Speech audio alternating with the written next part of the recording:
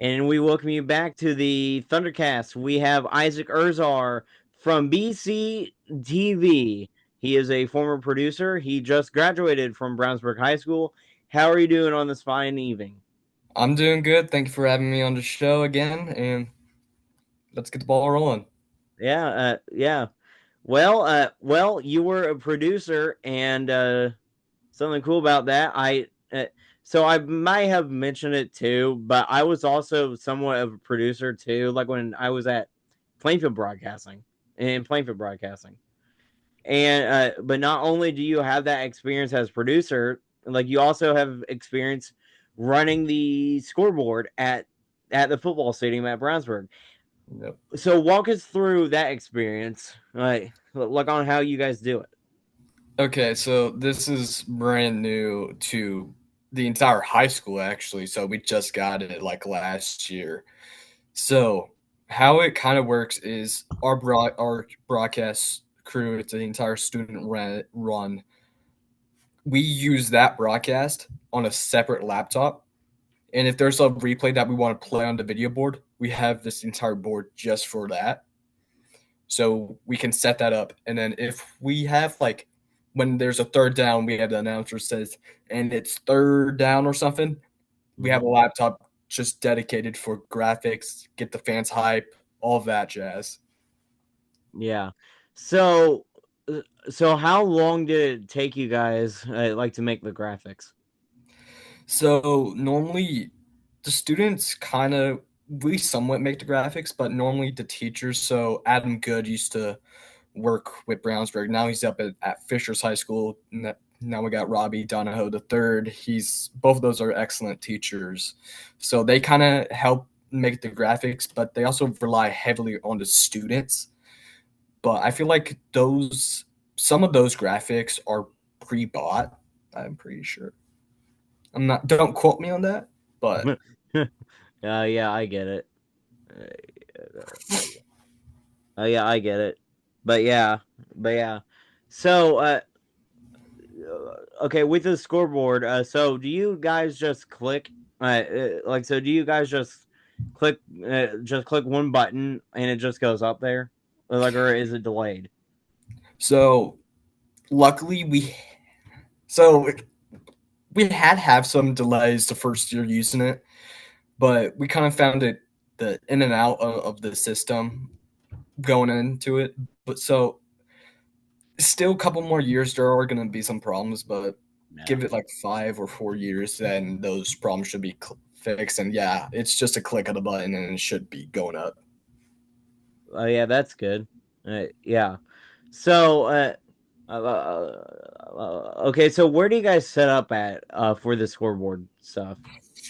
So like towards the run the video board and the scoreboard. So the scoreboard and the video board we're in two separate places actually. So the scoreboard is actually in the press box right above the stadium, and the video board is actually in the school. We are in the classroom where you see straight through the football stadium. So it is a little bit hard to hear the announcers, but Hmm. you can 100% hear those fans. That's AK why we got the zone banner for our student section this year, actually. Yeah. Oh yeah. Oh yeah. So, so how many game? Okay, how many games did you personally like work the video board? So I did all of the football games except for the home opener because I was actually up in Minnesota that day. Hmm. So we it's a really fun experience, but it's also a little bit stressful that first year because you're still learning this whole new system, this huge new toy that's yours. Mm-hmm. Yeah. Yeah, definitely. So, so, uh, so another question about it I have. So how often do you guys practice with it, or did you guys practice with it? No, we don't even practice with it. So we just set it up like an hour. So we have an entire 7 period class that is the live TV class of BCSC.TV, and then we have the club extended play, which is part of BCSC.TV. The entire 7 period class is dedicated to setting up the day of the sport event or the broadcast. And that's when we kind of test it out, see what's working, what's not, what we need to fix before the broadcast. So that's kind of when we click on each icon, making sure it pops up with the right image that we need and if it lasts a long distance. Yeah. Yeah, so yeah, so the last question about the scoreboard and the graphic stuff. So for each team like that plays Brownsburg, so uh, uh, so for each team that plays Brownsburg, so when do you guys put the team logos on there? So we tried putting them in the week of advance, but me personally, we try doing it by 2 weeks in advance because we know issues can happen with the team, like transportations or Yeah. stuff. So we normally make those graphics 2 weeks in advance or a week in advance of the big event, especially with it being football and this being 6A. Football is a huge part of Indianapolis and Indiana as a whole. Mhm. Yeah, definitely. Yeah, definitely. So I know it's student ran, but is there any teachers like in the room with you guys? So yes, we have Robbie Donahoe, and then we used to have Adam Good. They're normally just sitting in the back of the control room, just watching over us. And if anything happens that we, the students, cannot do or cannot fix, that's usually when they step in. So that's kind of when they're just doing that. And then we have the tech department, obviously, in there. And then we have a couple of tech assistants that aren't teachers, but they're around the building somewhere. Yeah. Okay, so that's enough with the scoreboard because because now I know how it works and I know what to look for. I mean not look for, but think about week 2 for football season when I go back up to Brownsburg to see that Georgia team play the Bulldogs. Yeah, So that's gonna be a good one. yeah, it oh yeah, it definitely will. So for okay, so now for the main broadcasting thing. So for the main class, so what are your favorite projects like you've done? So normally we don't do projects. We stay focused on one thing, and that's making the tech books. So we have our commentators, obviously, Mm-hmm. they can choose to help with the tech book, but they are those class period is dedicated just for their research purposes. Like we have a great commentator, Coach Kate Showalter. He's going up to Butler this year. He was our main commentator, aka we call him the voice of the Bulldogs. Um, he puts a lot of time and effort and actually shoots out emails. So everybody else that's doing runs a camera, all that, they're working on a tech book because before each quarter of the school year, we make the club sign out this form saying which events can you work, and then they send that database back to us, and then we choose okay where would this person fit, who would be a good Mm-hmm. partner with them, and if there's a switch happen, they can let us know and we can try to fix it. We won't guarantee that's going to be their spot though. Yeah. Okay, so that's a lot more complex than the than the whole playing field broadcasting system.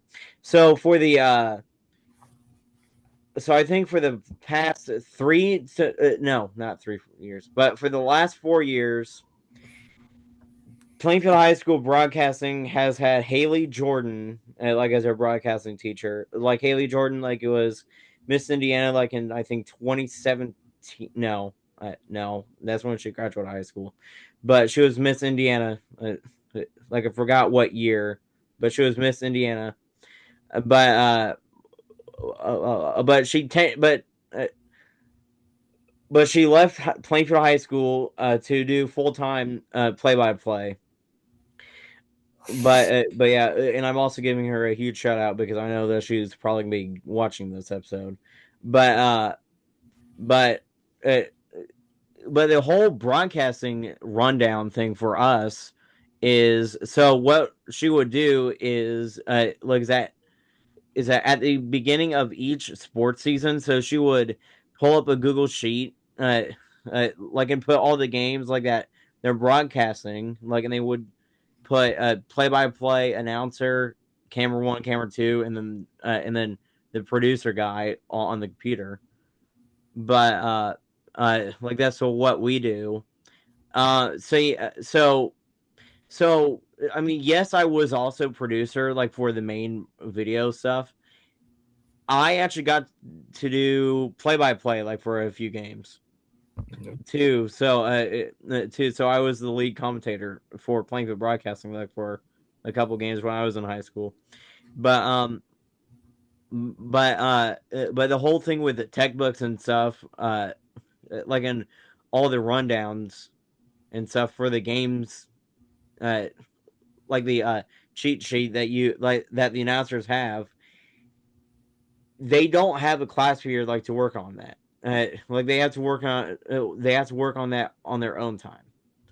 But uh, but I have to say, I mean that worked out for me. But Yeah. so instead, okay, so now this is going away from the games. This is for the actual class. So what? So what was your favorite part of the class? So I first of all just love the community and the class that we have as a whole because you're pretty much spending your almost your entire day with them right after school Mm-hmm. because they have the option to either go home or just stay at the high school. I choose to stay at the high school so I can build that connection with those fellow students or those new people that are Mm-hmm. joining the club. It's just we're family at the end of the day. It's there are some tears shed at the last day of school Yeah. because your favorite seniors are going away, but it's just a huge happy family, and you're just so happy to be a part of that family. Yeah. So, okay, so now going away from broadcasting in this final segment thing, basketball. You were also the basketball manager, like for the past couple years. Yes. So, so what did you do as like as basketball manager? So my 2 years there, I was a water boy and a stats keeper. So who else was there? Was Owen Brooks. We had Kate Showalter too. We had Noah Cup. So they kind of also were basketball managers there too. Yeah. So okay, so walk us through the stat keeping. Like, how do you do that? So Kate Showalter brings his laptop, and we have this access. It's actually the NCAA's access of their score bots. So we use that. So when we're there at the physical game, Mm-hmm. we put their opponents in. For example, let's say we're facing Avon. We place their Avon roster there, and then the database that we put from the other games is kind of put on there by stats and all that a little bit. So as the game is going, it's either going to be me or Noah kind of saying to Cade, like Braden Sharp, three, um, Braden Greyhouse, miss, free throw, something on the lines of that. And he would Yeah. just put that in the database, click where it is, miss, hit. Yeah. So what were your favorite games to so what were your favorite games like to manage? I want to say one or rival versus Avon. That's always a good game facing your rival. I also want to say last year when we were, I forget who we were facing in the sectional championship. BD. Oh, Ben Davis. It was Ben Davis perfect playing a double overtime win. Us Brownsburg, nobody thought Brownsburg was going to win that sectional championship. I think we had the lowest ranking out of all of those, and just coming to shock the world yet again. Actually, Yeah. is a little bit, but sectional championship again the next year, but sadly losing to Pike. It's it's still shocking because you Yeah, couldn't really do much when they have a 7 foot tall yeah, guy. It was still a very great team, very great coached and all that. yeah. So what were your thoughts on the playing field gym? Okay. So I kind of like the playing field gym. I kind of like how there's windows on the edge, those, so you get some natural sunlight with that. Mm-hmm. It kind of reminds me of like a barn a little bit. A barn. So you kind of have that triangle roof up there, and then you have those windows on the left, and then you have those long sides on the ends, and then you have the barn in the middle. It's kind of gave me that idea. Yeah, yeah, yeah, yeah, definitely. So, yeah, so my appearance, not appearance, of course I made appearances, but my experience managing there and stuff, like in watching games there. Plainfield is a really tough gym to play in as a competitor, and I say that because of how wide the space is, and because of how wide the space is, like in the opposing locker room, like they have to go through the lobby, meet all the people, so that slows them down. But the other reason why I say it's a but I, but the other reason why I say it's a tough place to play in, like, is with all the space between the court and the stands, like on each side in the student sections, that so that brings the I mean, that brings the sound much louder in that Yeah. gym. And like the Just sound is and like the sound is much louder in that gym, like with all the fans and stuff. And like that, like it makes each away team really tough to handle. It makes Plainfield tough to handle at home, like for girls and boys basketball. just a little teaser. This basketball season, it's going to be a whole new arena for Brownsburg. I know that for a fact. I know Brownsburg is getting a major renovation done to the gym. Although, hear me out on this. Brownsburg does not need a major renovation. I've been there multiple times. Their gym was perfect as is. Yeah, And I'm pretty sure like that old gym court that they had in, like, was newer. I don't know why they were already replacing that. I'm like, dude. So, but but they're not only doing that. Like, they tore down some walls there. Like, they're adding an extra concourse. Uh, like they're adding like they're adding like a brand. I mean, they're adding new bleachers, which honestly was needed because the bleachers were iffy.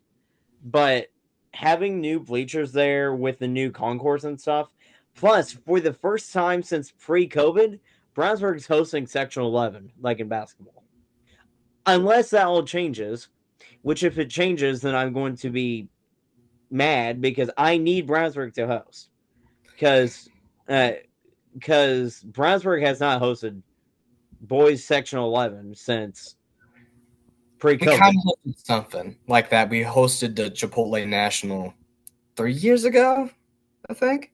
Yeah, Yeah, but it would be nice because, especially with Brownsburg, you would kind of get that home court a little bit advantage there. oh yeah, definitely. Yeah, definitely. Also, on the topic of scoreboards, so did you ever run the home? So do you ever run the basketball scoreboard? Yes, actually. So, yeah. So how does the basketball scoreboard work? Because I know it's completely different. Yes, it's actually completely different. So, the only real change is I don't control the replays. That's fully relied on the student run crew if we have one that game. Um, so I just have that little iPad or laptop for a second that says, oh, three. And then so when we have that home opener or that lights out, that's when we click the starting five. That's kind of what that is. It's a little different. I just don't control the replay, the Yeah. student run Uh, broadcast. yeah. So, so okay. So, how do you guys put the score up there, like on the scoreboard? So we have this little closet that has all these forget what it's called. But so it's a hard drive that we kind of connect it to. But we have wires that data port that goes underneath that little score table that you see that kind of connects to where that micro center is. So if you ever seen one of those old fashioned computer softwares where you just see databases everywhere, those little boxes, it's like something along the lines of that. Okay, so then it's kind of complicated then. Yeah. I mean, it's complicated for me anyway. Because uh, I was thinking to myself with the scoreboard on the screen, like on the video screen, uh, like I was thinking that I was thinking that the person running the scoreboard like would press a button with a two, with one, two, or a three on there. But I guess that's not how you do it. Which honestly, is much more complicated than what I just said.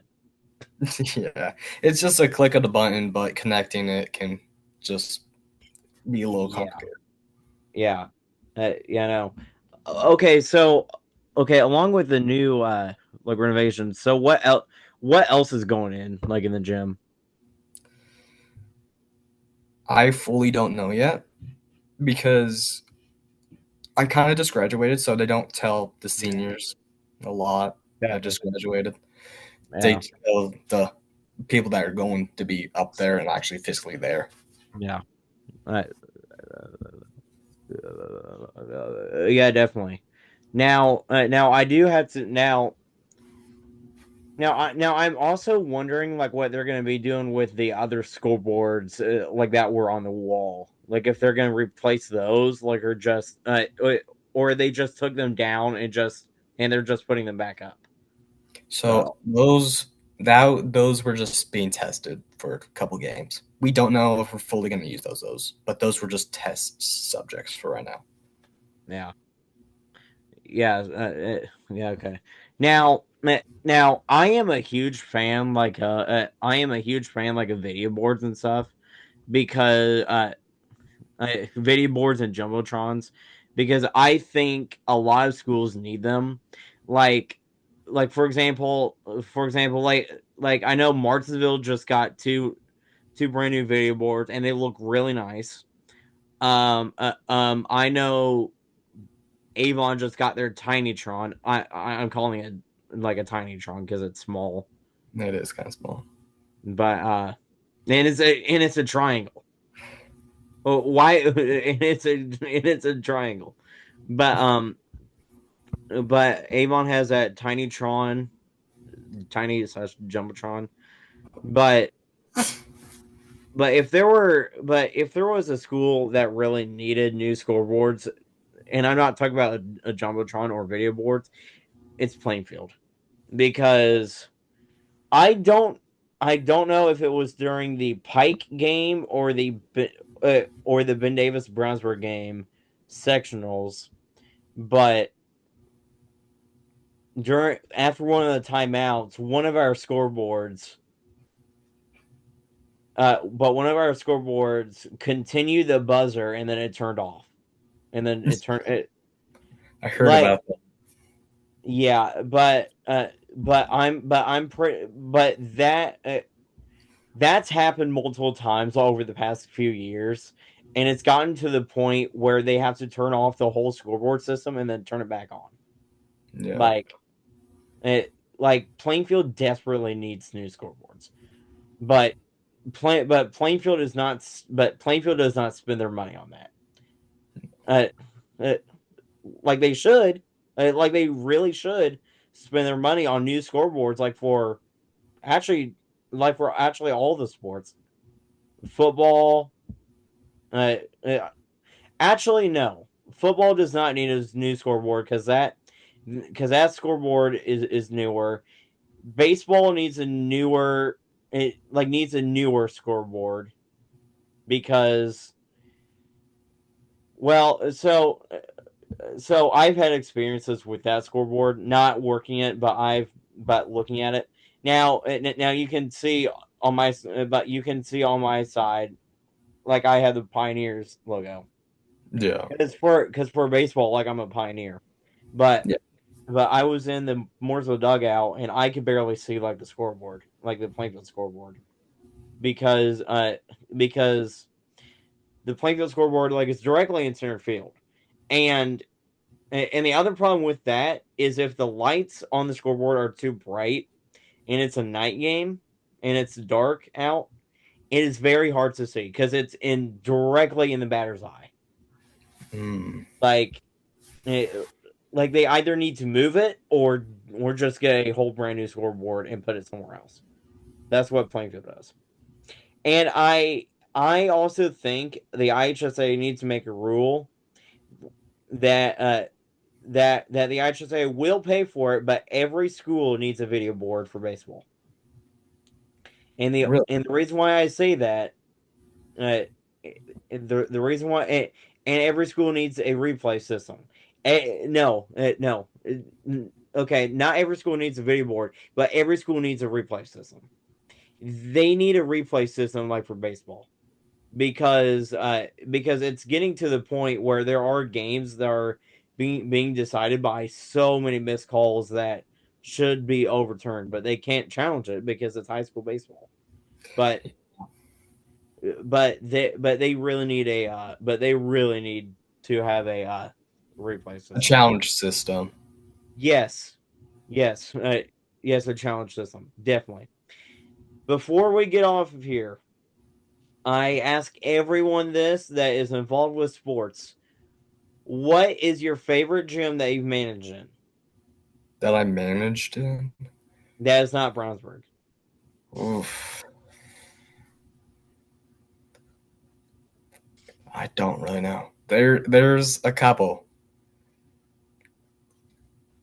I Um, want I might want to say Ben Davis is a a good one. Davis. I will say Plainfield is one of them. I will give you that. Plainfield does have a good gym. As how much I hate to say it, I think it might be Avon. Your favorite gym is Avon. That's Maybe. I do, there's so many good gyms. yeah. I just like I don't know because what I look in. Oh no, Southport. Southport, yes, is Southport Southport. definitely. That's my favorite one. Southport, yes. I just love how their arena is like underneath. It actually feels like a bird nest. That's reason Yeah, why Southport. yeah. Actually, uh, I mean, not only that, but Southport's arena actually feels like Southport's arena, like when it's all packed and stuff, like it actually feels like. I mean, it actually feels like an NBA game Exactly. with all of those, with all the seating in the bowl. But in my mind, my favorite Hendricks County's, my favorite Hendricks County gym I've been a part of is Brownsburg.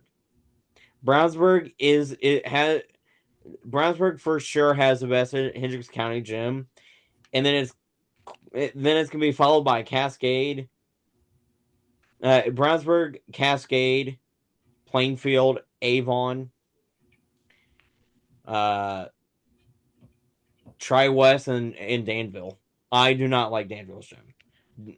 I don't either. I don't like how it's so squished together. And the other thing I hate about Danville's gym, and I'm pretty sure you had, and I know for a fact during the county championship this year, you Yeah. had this problem because I had this problem too. But the other thing I hate about it is that it can't, it the other thing I hate about it is that they don't know how to fix their heat or their air conditioning because it's Yeah. either super cold or in the county's championship standpoint, it's like 5,000 degrees in that gym. Well, it's also like in that small arena, it was packed to the brim. Yeah. Like there wasn't a lot of places for fans to sit. Like you could see some fans even standing by the door. So Yeah. I would the one tip I would give to Danville is expand their gym. There's not enough seating there. Yeah. There isn't really enough of anything. I feel like you just need to get a little bit more of everything there to give Yeah. that Danville a little bit more of the warrior experience. Yeah, definitely. Yeah, definitely. Like I have to agree with that because uh, I mean, don't get me wrong, Danville's gym is nice, but they have many issues that they need to fix. And if they fix those issues, hey, Danville's gym will be a good gym. But yeah, but they're not going to be doing all that stuff.